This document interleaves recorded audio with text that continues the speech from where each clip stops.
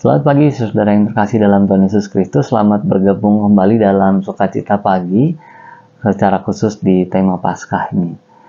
Pagi ini saudara-saudara kita akan melihat kembali pernyataan malaikat kepada para murid sewaktu mereka mendapati kuburan kosong, terutama murid-murid perempuan. Saya ambil dari Lukas 24 ayat 6 menggunakan terjemahan firman Allah yang hidup. Dikatakan demikian. Ia tidak ada di sini, ia telah hidup kembali. Tidak ingatkah kalian apa yang telah dikatakannya kepada kalian di Galilea? Mesias akan diserahkan ke tangan orang jahat, lalu disalibkan, dan ia akan bangkit kembali pada hari yang ketiga. Saudara, sebuah pernyataan penting bagi ini adalah ia telah hidup kembali. Sewaktu Rasul Paulus puluhan tahun kemudian menjelaskan kebangkitan Tuhan Yesus kepada warga Athena, mereka mulanya salah mengerti. Mereka mengira Paulus bicara tentang Dewa Yesus dan Dewi Anastasis gitu. Jadi ada dua dewa yang perlu disembah, dewa-dewa yang baru. Sebab kata Anastasis itu bicara tentang kebangkitan. Ini bahasa Yunani untuk kebangkitan. Nah, pada waktu itu orang Yunani percaya bahwa setelah seseorang meninggal, rohnya akan hidup di akhirat, sedang tubuhnya akan binasa di dunia ini. Ini sebuah dunia yang fana itu ya, yang membawa berbagai-bagai derita dan kerugian. Tetapi setelah mereka mengerti kalau Rasul Paulus bicara tentang kebangkitan Yesus dari antara orang mati, kebangkitan manusia yang sebetulnya adalah Allah dari antara orang mati, ada dua kubu besar masyarakat pada waktu itu. Kubu yang pertama tentu yang kita tahu bahwa mereka mengejek kesaksian Paulus sebagai ide yang tidak masuk akal. Tetapi selalu ada kubu yang kedua yang selalu ingin tahu lebih banyak, bahkan segelintir orang menjadi percaya seketika pada waktu itu.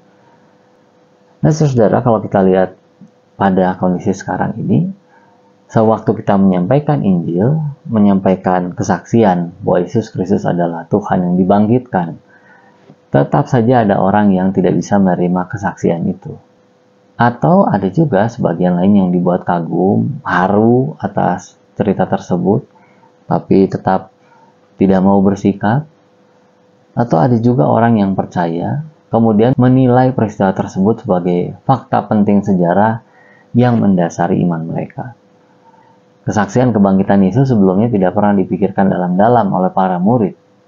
Tetapi murid-murid menyaksikan sendiri. Mayat Yesus dibaringkan dalam goa yang kemudian ditutup menggunakan batu itu ya. Termasuk salah satunya Yusuf Arimatea yang berinisiatif menurunkan mayat Yesus. Maka ketika Yesus betul-betul bangkit dan para murid berulang kali bertemu dengannya selama 40 hari kemudian, wajar kalau pengalaman itu mereka nyatakan terus-menerus. Alkitab mencatat kalau Petrus dalam khotbah maupun suratnya mengulang-ulang perjumpaannya dengan Yesus. Seperti juga yang dilakukan Yohanes dan Rasul Paulus. Saudara, kita hari ini bukan hanya percaya perkataan Yesus yang sudah pasti akan terjadi, tapi juga kita melihat kesaksian para murid, bahkan bukti-bukti kuasanya yang berlangsung hingga masa kini.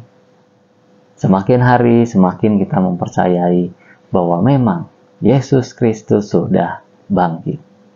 Mari kita berdoa, saudara.